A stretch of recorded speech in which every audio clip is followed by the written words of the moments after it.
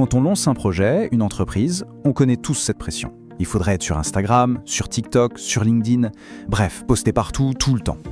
C'est un sentiment qui peut vite nous dépasser et franchement, ça mène plus souvent au burn-out qu'à des vrais résultats. Mais, et si la clé, ce n'était pas d'être partout, mais simplement d'être aux bons endroits? Regardons ça de plus près. Cette idée, elle est vraiment cruciale. Parce qu'être efficace, ce n'est pas juste faire du bruit sur toutes les plateformes possibles. Non, le but du jeu, c'est de parler aux bonnes personnes, au bon moment. Et c'est là toute la différence entre s'agiter dans tous les sens et avoir une véritable stratégie. Alors comment on sort de ce mythe? Eh bien, il faut comprendre un truc fondamental. En marketing, chaque choix a un vrai poids. Rien n'est gratuit, ni en temps, ni en argent. Choisir un canal, ce n'est pas juste suivre la dernière mode, non. Il faut voir ça comme la première pierre d'un édifice qu'on veut à la fois solide et rentable. Et c'est là qu'on voit la différence avec une approche professionnelle. La question, ce n'est plus où est-ce que je dois être, mais plutôt quel rôle précis ce canal va-t-il jouer dans mon système global. Chaque canal devient en fait un outil avec une fonction bien particulière pour atteindre un objectif.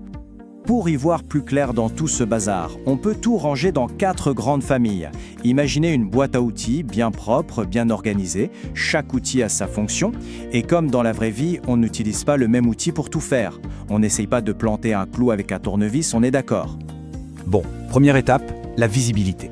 Comment on fait pour se faire connaître, tout simplement? Tout part de là, du sommet de l'entonnoir. L'objectif premier, ce n'est pas encore de vendre, mais simplement de se faire remarquer.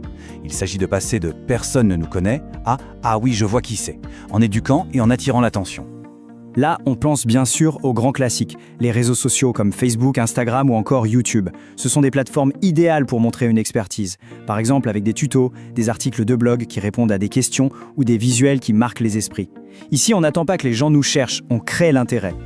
Une fois qu'on a capté l'attention, le jeu change complètement. On ne s'adresse plus à la foule. Le but, maintenant, c'est de repérer les personnes qui lèvent la main, celles qui montrent un réel intérêt, pour leur demander la permission de continuer à discuter, mais de manière plus directe. L'objectif numéro 1 ici, c'est donc de récupérer un contact. Une page qui propose un guide gratuit, un formulaire d'inscription, une discussion qui s'engage sur WhatsApp. Tous ces outils sont des ponts entre la masse et la relation personnelle. Et le secret, c'est d'offrir quelque chose de vraiment utile en échange. Personne donne son email juste pour faire plaisir. Allez, on arrive au moment de vérité. On a attiré, on a éduqué, on a obtenu un contact. Il est temps de présenter une offre. C'est à cet instant précis que toute la confiance qu'on a bâtie en amont doit se concrétiser en chiffre d'affaires. Que ce soit via une page de vente super bien faite, un webinaire qui montre la transformation promise ou un appel stratégique, ces canaux sont conçus pour une seule chose, conclure. Et sur chacun d'entre eux, le message doit être hyper clair, avec un appel à l'action limpide. Voilà ce que je propose et voilà comment faire pour l'obtenir. Et là, attention, on aborde une étape cruciale, mais tellement souvent oubliée. Il faut bien comprendre que la vente, ce n'est pas la fin du chemin, c'est le début d'une relation. D'ailleurs, il faut savoir un truc. Aller chercher un nouveau client, ça coûte en moyenne 5 fois plus cher que de garder un client qu'on a déjà. C'est énorme. L'objectif est donc de continuer à apporter de la valeur pour que cet acheteur devienne un vrai fan. Pensez à votre café préféré. Ce n'est pas juste le goût du café qui fait revenir, si. C'est aussi la carte de fidélité, le sourire du barista, le fait qu'il se souvienne de la commande.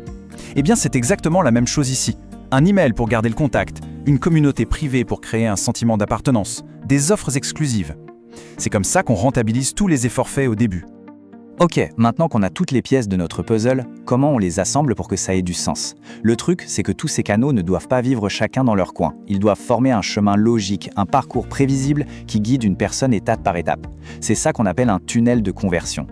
Et cette logique en 5 étapes, elle est juste redoutable. On attire, on convertit, on nourrit la relation, on vend et enfin on fidélise. Chaque étape prépare le terrain pour la suivante.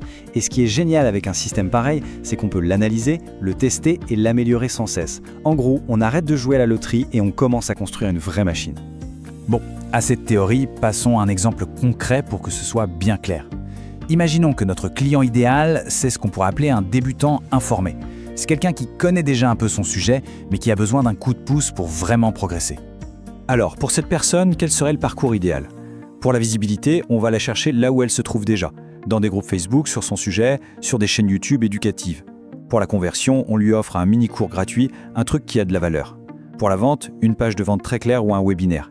Et pour la fidélisation, on l'invite dans un groupe privé exclusif. On voit bien que chaque choix est guidé par une seule chose, le comportement de notre client.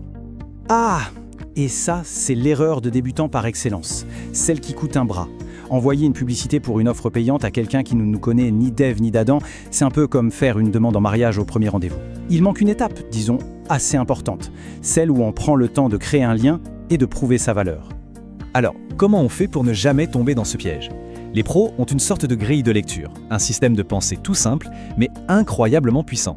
Ça tient en seulement 3 questions. Première question, et c'est sans doute la plus importante de toutes, où est-ce que mon client idéal passe son temps, là, maintenant ?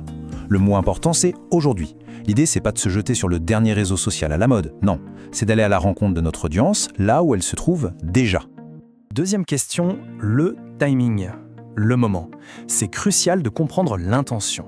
Quelqu'un qui tape « meilleur appareil photo pour voyager » sur Google, il est en mode recherche active, prêt à acheter. Quelqu'un qui scrolle des photos de vacances sur Instagram, il est en mode détente. On ne peut évidemment pas leur parler de la même façon, le canal doit coller à l'état d'esprit du moment. Et enfin, la question qui fait toute la différence entre les amateurs et les pros. Est-ce que je peux mesurer ce que je fais ? Parce que, soyons clairs, si on ne peut pas mesurer, ce n'est plus du marketing, c'est de l'espoir. Et l'espoir, ça ne paye pas les factures. Un canal qu'on ne peut pas mesurer est une perte de temps quasi garantie. Et voilà, là on a la feuille de route complète, le plan d'action de A à Z. On voit très bien comment chaque brique s'emboîte dans la suivante pour créer un système qui est à la fois solide et prévisible. On part d'un simple post sur un réseau social et on arrive à guider la personne de manière fluide jusqu'à l'achat et même au-delà. Chaque étape a son rôle à jouer et ensemble, le résultat est bien plus puissant. Du coup, la vraie question à se poser pour finir, c'est celle-ci. Est-ce que le marketing mis en place est un système réfléchi ou juste une série de paris ? Parce qu'au fond, tout l'enjeu est là. Bâtir un système, c'est se donner les moyens de comprendre, de mesurer et de s'améliorer. Agir au hasard, c'est juste espérer avoir un coup de chance. Le choix est entre construire une machine ou acheter un ticket de loterie.